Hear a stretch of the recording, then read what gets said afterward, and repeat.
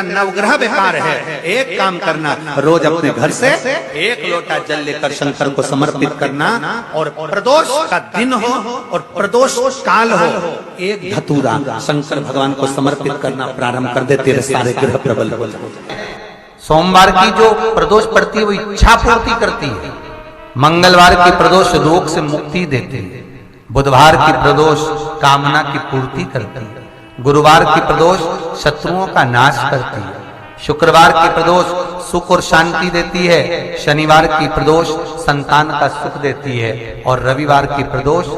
जो काम दुनिया में कोई नहीं कर सकता वो शाम फल की प्राप्ति रविवार की प्रदोष करा देती है। महाराज का दिन प्रदोष काल, शाम का समय, भगवान देवाधिदेव महादेव माँ जगतजननी पार्वती जी के साथ में भ्रमण करने का। देखिए, अगर प्रदोष का व्रत नहीं कर सकते, प्रदोष के दिन आप व्रत नहीं कर सकते, मान लो आपसे भूखा नहीं रहा जाए, प्रदोष का व्रत नहीं कर सकते, प्रदोष के दिन आप भूखे नहीं रह सकते, मंदिर भी नहीं जा सकते, दिया भी नहीं लगा सकते,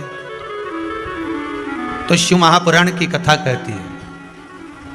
कि प्रदोष के दिन, प्रदोष काल में अपने ही दरवाजे के पास में देवाधिदेव महादेव का स्मरण कर लक्ष्मी की वृद्धि के लिए, कार्य सिद्धि के लिए, संपदा को प्राप्त करने के लिए आप अपने ही दरवाजे के पास में एक दीप लगा सकते हो। कौन से दिन? प्रदोष। जो बच्चे चिड़चिड़े होते हैं, चाहे घर में बेटे हों, बहुएं हों, सास हो, ससुर हो, परिवार में छोटे छोटे बच्चे हों, चिड़चिड़ प्रवृत्ति करते हों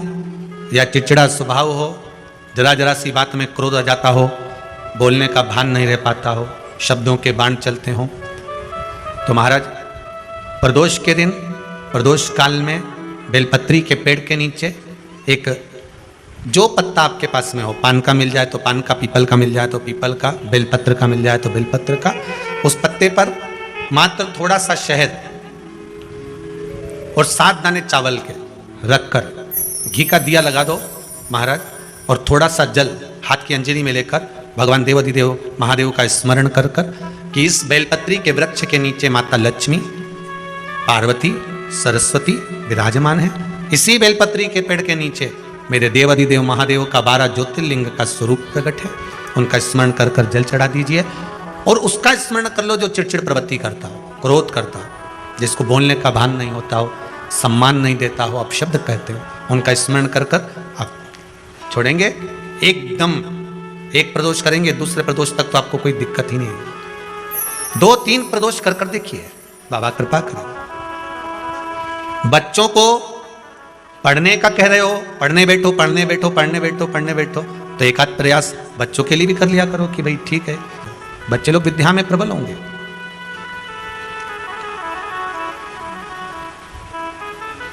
शिव उपासना का जो फल है वह 1000 गुना। पहले भी कथा में काज फिर कहते हैं, शिव मंदिर में जल बाद में चढ़ाना, शंकर के मंदिर में जाकर पंचामृत स्नान बाद में कराना, शंकर जी के मंदिर में जाकर पूजन बाद में करना, पहले थाली एक और रखकर शिव मंदिर में झाड़ू, पोछा या जो बेलपत्री, निर्माल्य जो भी रखा हो, उतरा हुआ सामान, उसको भरकर कहीं एक और जहां मंदिर वाले रखते हो वहां ले जाकर रख दो, झाड़ू पोछा एक बार जरूर। पूजन करने से पहले सबसे पहले सफाई का ध्यान रखो, और एक विश्वास रखना, आप मंदिर की सफाई नहीं कर रहे हो, फिर निवेदन करूंगा आपको, आप मंदिर की झाड़ू नहीं लगा रहे हो, आप मंदिर की सफाई नहीं कर रहे हो, आप मंदिर में पोछा नहीं लगा रहे हो, जितना हाथ आप मंदिर में फेर रहे हो सफाई के लिए, उतना आपके जीवन में जितना दुख है, जितनी तकलीफ है, जितना कष्ट है, जितनी बीमारी है, उस पर हाथ फेर रहे हो, मंदिर में नहीं फेर रहे हो। नहीं तो सारी दुनिया में जितने मंदिर हैं, सारे मंदिरों में ट्रस्टियों ने कुछ ना कुछ लगा के रखा है, स्वीपर आता है साफ करके जाता है, ये आएगा सफाई कर जाएगा, पंडित जी होंगे तो बुआरी लगा देंगे, पंडित जी होंगे सफाई कर देंगे, उन्होंने तो पंडित जी को बोल के रखा है कि साफ कर दो, पंडित जी करते भी हैं, पर पहला फर्ज आपका है कि आप मंदिर में आए हो तो पहले आप सफाई करो। क्यों? क्योंकि हम उसका द्वार साफ रखें। आज के समय में तो एक नियम हो गया साहब कि मंदिर में जाते हो तो मंदिर के दरवाजे पर चप्पल उतार के जाते हो, नहीं तो शास्त्र रीति तो ये कहती है कि मंदिर में भगवान सामने बैठा है तो उसके सामने चप्पल भी नहीं उतरना चाहिए। तो कई लोग कहते हैं मंदिर के अंदर थोड़ी ना उतर, हम तो जीने से भी बाहर, एकदम गेट के बाहर वहां उतर, पर सामने तो है ना, सम्मुख में तो है। तुम्हारे यहां अगर 4 लोग दिवाली मिलने आते हैं ना, तो तुमने चप्पल रखने का भी स्टैंड बनाकर रखा है, साइड में उतारिए, दिल्ली पर मत उतार देना, थोड़ा साइड में उतारो, सामने से सब आते जाते रहते हैं, सामने उतारो, सम्मुख में क्यों उतार रहे हो?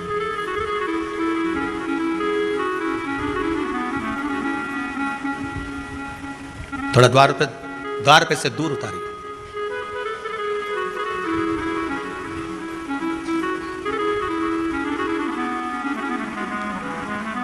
अभी तो कुबेरेश्वर धाम में काम चल रहा है, आप लोग जो दान दे रहे हो, आपके दिए हुए दान से निर्माण चल रहा है। अभी तो आप पहनकर जूता चप्पल भी अंदर आ जाते हो, भले दूसरे मंदिरों में चप्पल पहनकर हमने देखा है, आधिकाधिक मंदिरों में, ब्रजभूमि पर भी बहुत मंदिरों में लोग अंदर जूता पहनकर चले जाते हैं, पर जब तक बाबा नहीं बैठा तब तक तो आप पहनकर आ रहे हो। जिस दिन बाबा कुबेरेश्वर धाम में आकर बैठ गया, उसके बाद वो दोनों गेट पर चप्पल बाहर ही रहेगी। आओ आप, कंकर से शंकर जब शरीर से लगेगा तब सुख भोगोगे, आनंद भोगोगे, सुख की प्राप्ति। अपने द्वार पर भी कितना सुंदर लिखा है भविष्य पुराण के अंतर्गत, और विष्णु पुराण में भृगु बाबा का चरण का चिन्ह भगवान विष्णु की छाती पर रहा, भगवान विष्णु की छाती पर भृगु बाबा के चरण का चिन्ह रहा, चरण का चिन्ह। अब भविष्य पुराण में लिखा है कि अगर हम मंदिर के द्वार पर घर के चौखट के एकदम सामने चप्पल उतार देते हैं 7 बार, दिन भर में से कितनी बार? 7 बार विष्णु पुराण कहती है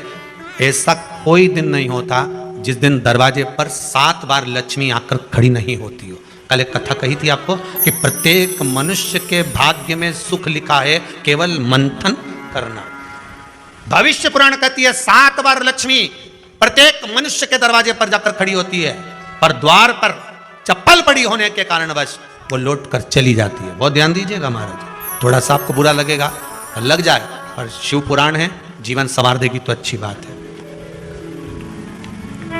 जीवन संवार दे तो अच्छी बात है। मंदिर के द्वार पर हम जब चप्पल छोड़ते हैं, जिस मंदिर की चौखट पर चप्पल छोड़ी है, आप जितनी देर आराधना में लगे रहते हैं उतनी देर तक आपकी चप्पल पर जितने लोग लांग कर जाते हैं, जितने लोग लांग कर प्रवेश करते हैं, उसका भी दुख आपके भाग्य में आता चले जाता है। ध्यान दीजिएगा जरा, चप्पल का भविष्य पुराण में पढ़िएगा कभी कि पादुका का महत्व क्या है, पादुका किस ओर उतारना चाहिए, पादुका को कहाँ रखना चाहिए, किस जगह पर बुआरी झाड़ू को रखना चाहिए, किस जगह पर चलनी को रखना चाहिए, सुई